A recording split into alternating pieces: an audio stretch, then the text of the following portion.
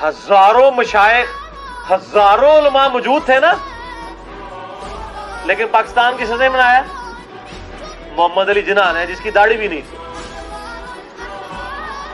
खुदा ने उसको चूज कर लिया।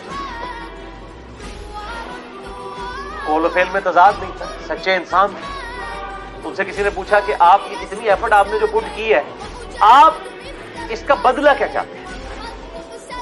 तो पता है मोहम्मद अली जिन्ना ने क्या फरमाया? उन्होंने कहा मैं सिर्फ एक चीज चाहता हूं कि जब मैं अल्लाह के हुजूर मर के पेश हूं तो अल्लाह ताला एक जुमला बोल दे, वेल डन मिस्टर जिन्ना, मिस्टर जिन्ना तुमने बहुत अच्छा काम किया। इस एक जुमले के लिए मैंने अपनी जिंदगी गुजारी। तो ये इखलास का लेवल था ना।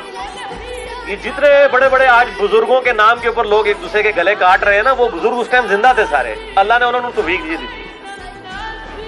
ते अज वाले बेचारा का क्या मुल है?